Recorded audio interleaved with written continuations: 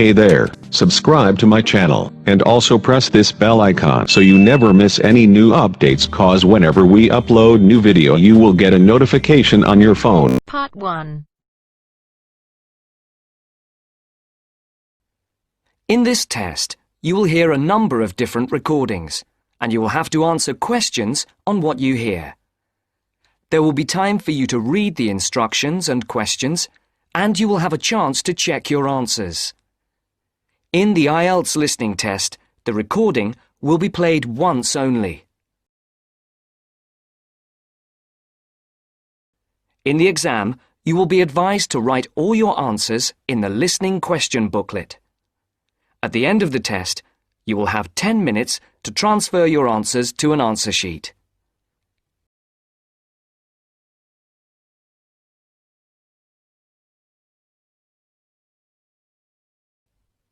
You are going to listen to a telephone conversation between a caller and a call centre operator. As you listen, complete the numbered spaces in the identification form in the book. First, you have some time to look at questions 1 to 5.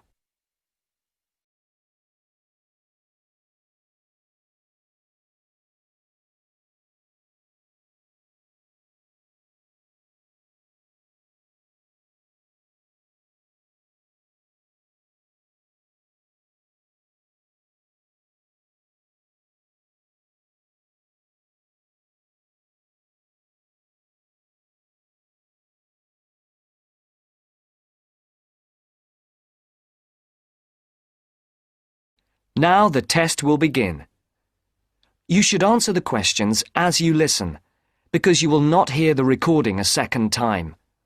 Listen carefully and answer questions 1 to 5.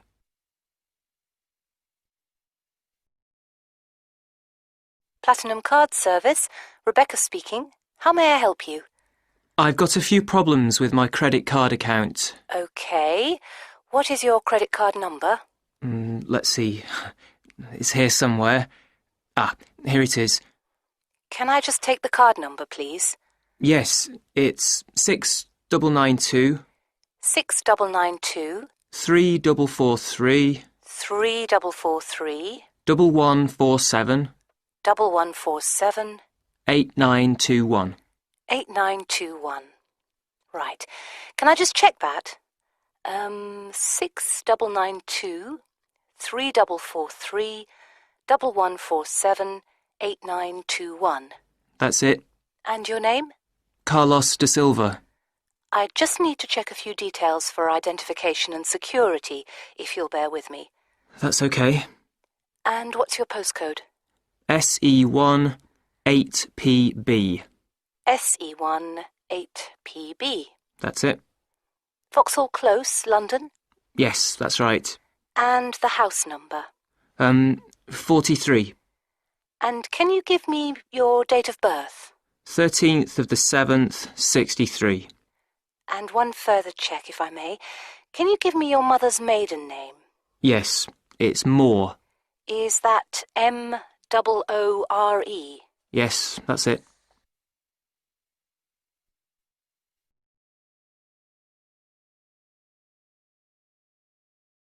Before the caller and operator continue their telephone conversation, look at questions 6 to 10.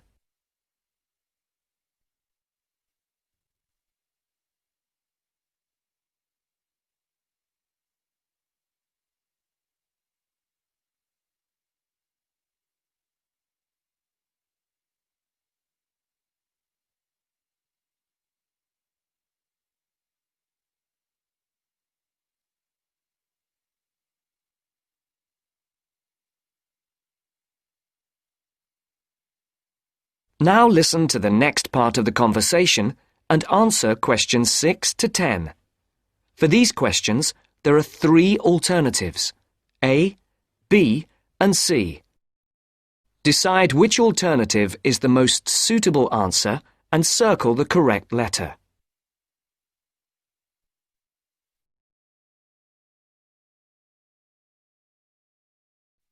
Yes. Now, can we get on with this? Yes, sir, certainly. I'm sure you'll appreciate that all these checks are necessary for security reasons. So, what exactly is the problem? Problems? Okay. Well, first, your computer seems to have gone mad. I sent you £500, and on the statement for the account, it shows that I only paid £300. Yes. The account does only show £300 was paid. Well, I paid the £500 in at the bank, and I have my receipt, and my bank statement shows that £500 has been taken from my account. Oh, I see. What I'll do is check with the bank and see what they say. OK.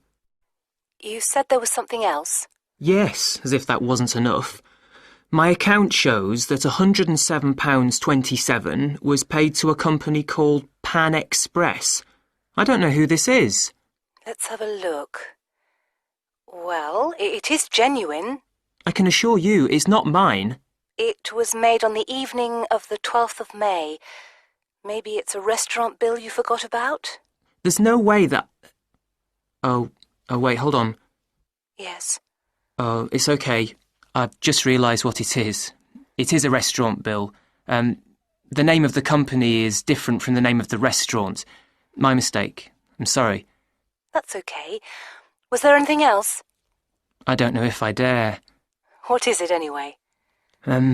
Well, it's, the amount of interest seems to have gone up. If you look at your statement for April, you'll see that the rate went down from 16.27% to 14.99% that month. Oh, yes, you're right. Was that everything? Yes, basically, it is. Okay. And can you check my payment? Oh, yes, I'll do it. Can I phone you back? I'll be at home for the next 2 hours. I have to leave at 11. Right. What's your number? 020 7989 7182. Hold on. 020 7979? No, it's 7989 and then 7182. So it's 020 7989 7182. Yes, that's it. Okay, I'll phone you straight back. Thanks. Bye.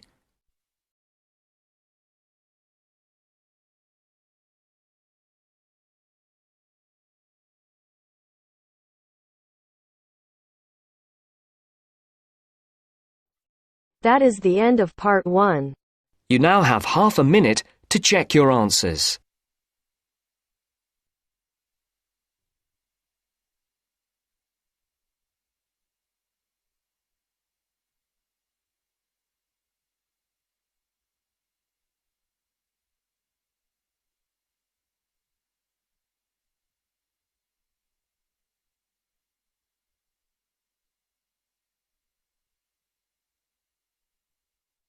Now turns to part 2.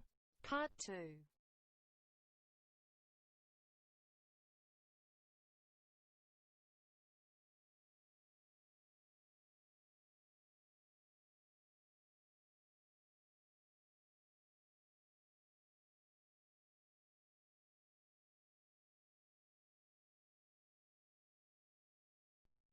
You are going to hear a radio interview about giving up smoking.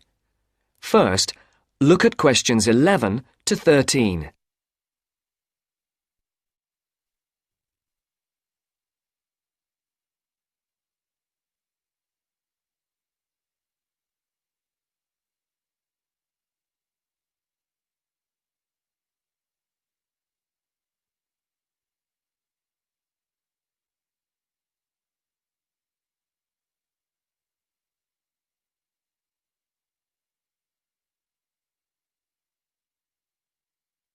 As you listen to the first part of the interview, answer questions 11 to 13. For these questions, there are 4 alternatives: A, B, C, and D. Decide which alternative is the most suitable answer and circle the correct letter.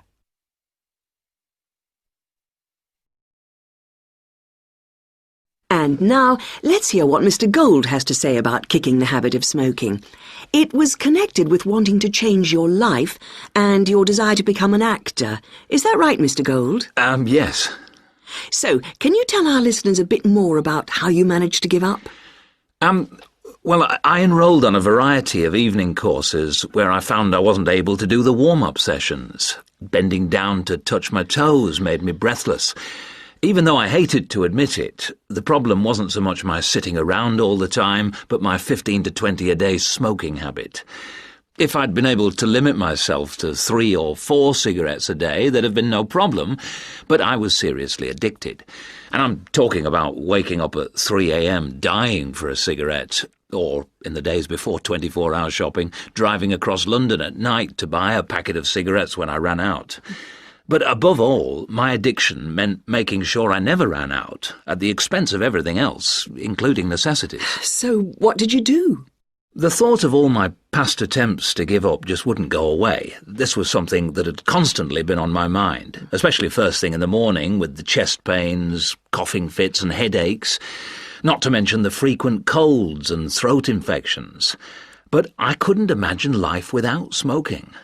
I also enjoyed my life, but the thing I longed for most was to escape the trap of a job I was bored with. I knew what I wanted, and I understood something else too. This time I was going to keep my little plan a secret.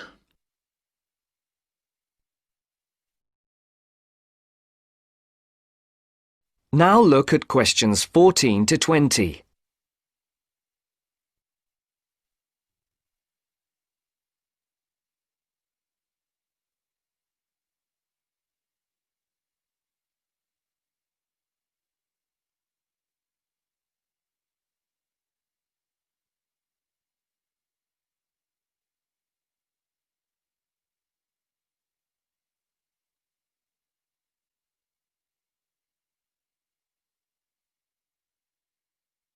As the interview continues, complete the sentences. Write no more than 3 words for each answer.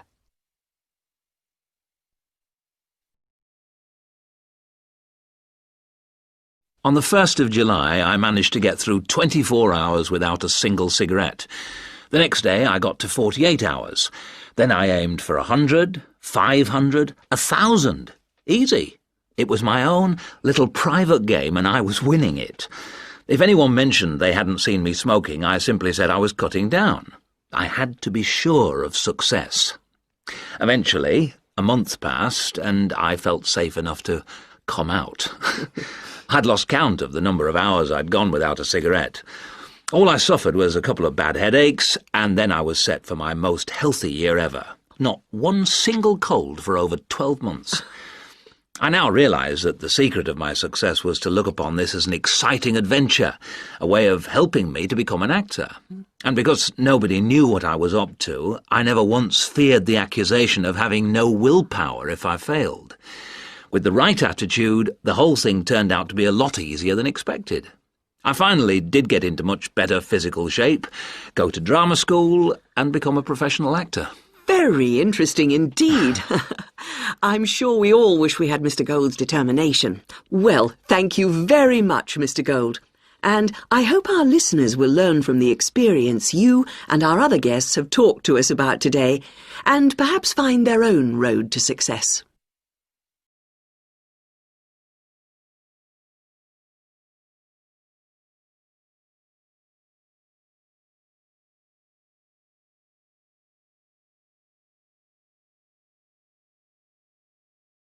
That is the end of part 2. You now have half a minute to check your answers.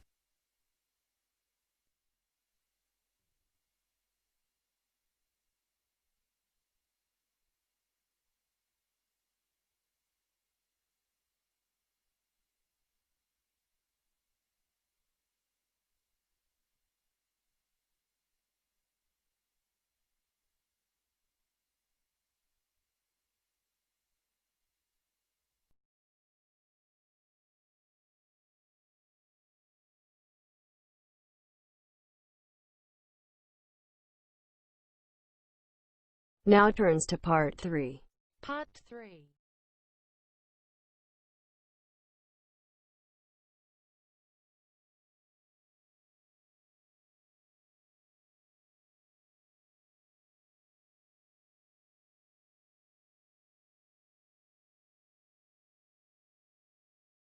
You are going to listen to a conversation between a tutor and two students.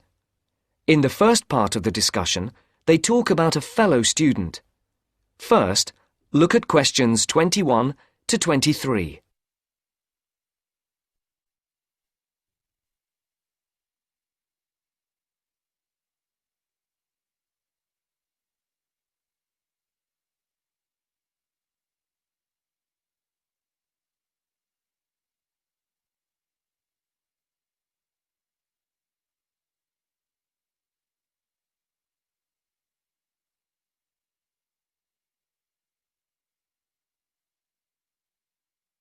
As you listen, answer the questions. Write no more than 2 words for each answer.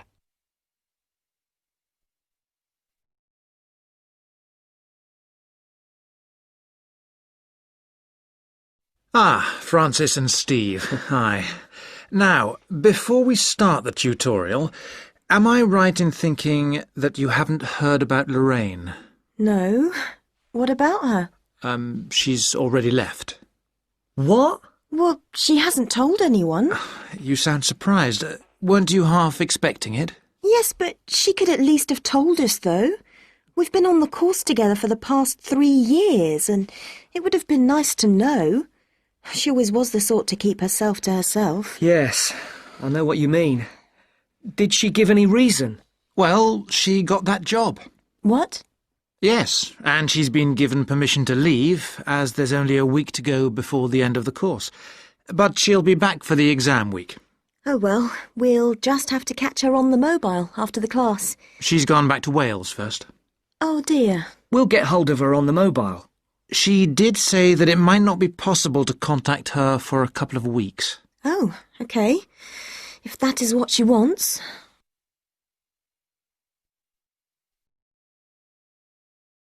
Before the conversation continues, look at questions 24 to 30.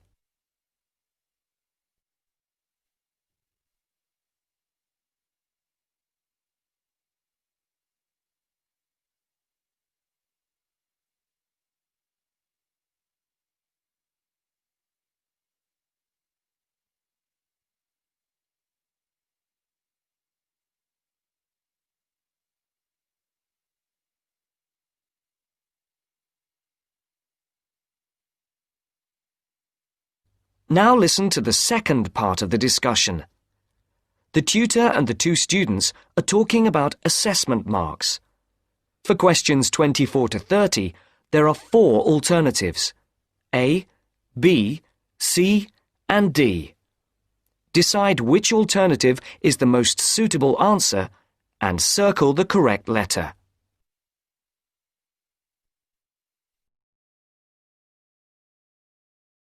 Right, to work.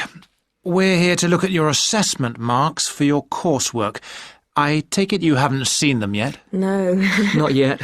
Well, you'll both be pleased. In fact, very pleased. Yes? Francis, you have come out with the top mark in the year. Oh. You have, in fact, got a starred first. Wow! Aren't you pleased, Francis? Yes, I'm just speechless. And, what about me? Well, Steve, you got a first as well. I don't believe it.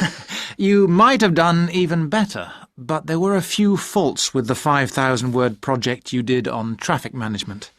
And what about the book review we had to do? Yours was, I can safely say, the best we have ever had. You're kidding. I'm not. In fact, you have won the departmental prize for the piece. It's a pity, really, that your project wasn't of the same calibre. It's still not bad at all, though, is it? It certainly isn't. What do you think were the faults with your project? I just wasn't very happy with the conclusion, and I got myself in a bit of a twist with the argument about road pricing. By and large, your overall conclusions were okay, and I would say that your thoughts on road pricing were quite original. The problem was more with the actual end. It was a bit disappointing. You started off well, but then it ended rather suddenly, as if you got fed up with it. Yes, I did kind of stop fairly abruptly. I couldn't think of much to say, even though I knew it was important. Yes, that section needed a bit more work on it. But, as I said, by and large, it was very good. And, Francis, your project was excellent. So much so that we think you should take it further, and perhaps do a PhD, or at least an MPhil. What do you think? I hadn't really thought about it. I've just been concerned with getting through this final year and getting all the coursework and exams out of the way. I can understand that. But I do think that you ought to consider it seriously. If you perform as well in your exams as in your project work, you're on course for a first. Do you think that I'd get funding for it? Well, any grant will be discretionary, but you have as good a chance as anyone else. I'd even say a much better one. If you do get a first, it'll be the only one we've had in this department for 3 years. And I'd be happy to be your supervisor. Thanks. I'd like that. Do you think I should start applying for it now, or wait until after the exams? I think you must really start thinking about it as soon as you can. And Steve, what about you? Have you thought about going on to do research? I have thought about it, but I have a job lined up if I get a good degree, and quite honestly, I am fed up with not having enough money to do the things I would like to do. I can understand that. Is there anything that either of you would like to talk about? Yeah, I have a couple of things I'd like to ask, if you don't mind. OK. We have roughly 20 minutes left, so, Steve, would you like to go first? Right.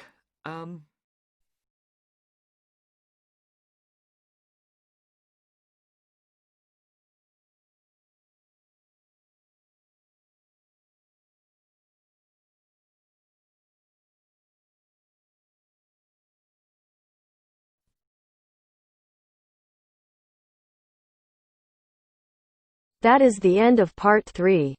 You now have half a minute to check your answers.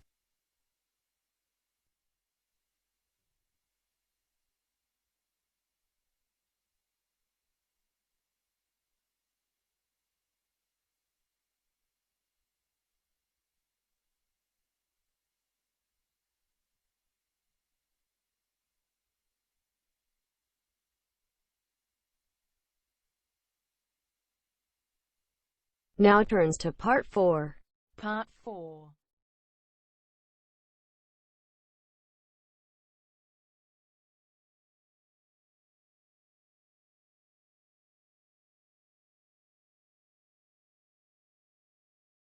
You will hear a talk on bullying in the workplace, given by a university lecturer to a group of students. First, you have some time to look at questions 31 to 33.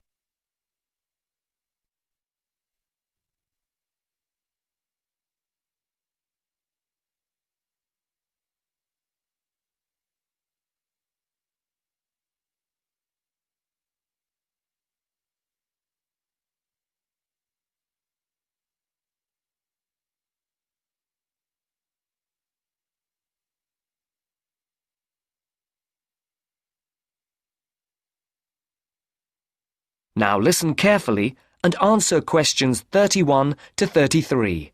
Complete the notes made by one of the students present. Write no more than 3 words for each answer.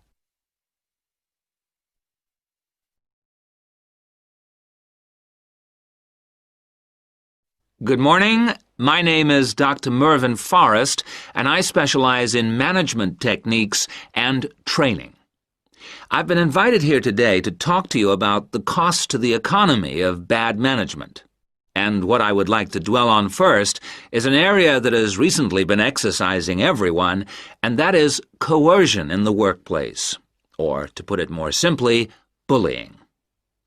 It has been estimated that bullying at work costs the British economy up to £4 billion a year in lost working time and in legal fees. And with the problem apparently on the increase, it is time that managers took on board what is happening. I would like to think that what is perceived as bullying is nothing more than lack of experience, insecurity, or lack of awareness on the part of managers, and not a conscious effort to attack someone, but that is perhaps a case of my being naive or over-hopeful. Before we break up into groups to look at the first task on the handout you've got, I'd like to give you a start with some of the main bullying methods that have been identified so far. Basically, what I'm going to do here is to give you examples of 1 or 2 points. Can you all read the OHP clearly? Yes? Right, off we go.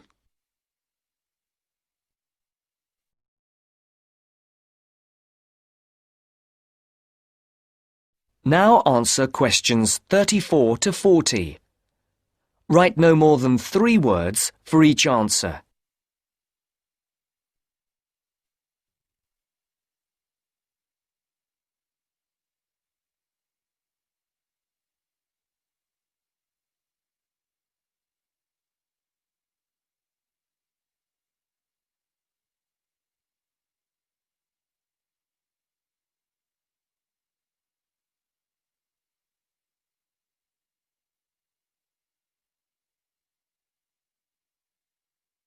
As you listen to the talk, complete the notes made by one of the students present.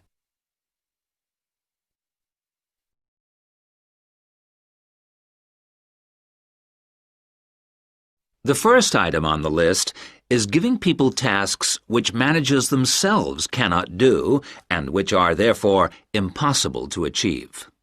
This is, in fact, a very common strategy used by managers to manage their subordinates.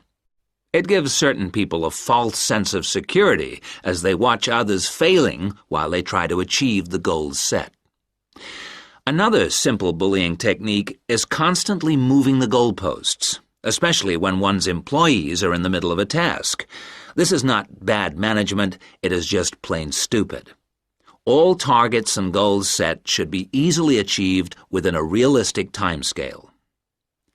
Sending memos to someone else criticizing the performance of a task where the individual has no way of replying is another common technique, especially when the manager concerned does not reply or makes it impossible for subordinates to contact him or her by not answering the telephone or not replying to emails.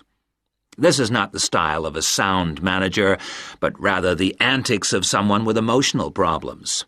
If you behave like that, don't expect your staff to respect you. And now, the technological bully. It is interesting how all tools designed to help can be turned into dangerous weapons. The urgent email bully is fast becoming a problem in the office. Employees turn on their computers to be faced with a string of badly worded emails, making instant and often unrealistic demands, which reveal the hysteria mode of management. Have you ever felt a sense of dread before looking at your email, even your personal messages? All companies should develop a company strategy whereby there is an email code of practice, with offensive messages being forwarded to a designated person for appropriate action. I would now like you to break up into groups and brainstorm other bullying techniques which you think you may have experienced, and perhaps, if you're honest, which you have been party to. I can think of at least 9 more bullying strategies. I would also like you to consider ways in which you think that each of the techniques on your list can be countered. Is everyone clear as to what the task is? Yes? Okay. You've got 20 minutes to do this.